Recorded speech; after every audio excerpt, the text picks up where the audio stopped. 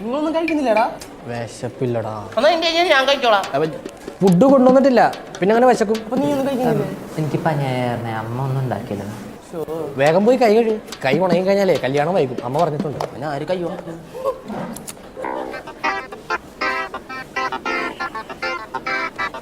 എടുത്തോ.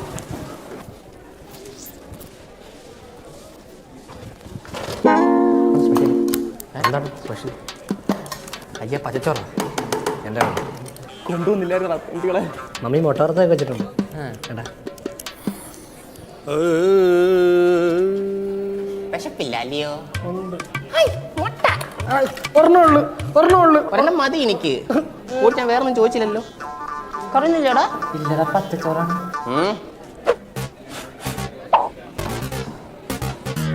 പച്ചച്ചോറാണ്. ചോറിനടി മീൻ പൊടുത്തി വെച്ച് കഴിഞ്ഞാൽ ഞാൻ അറിയത്തില്ല.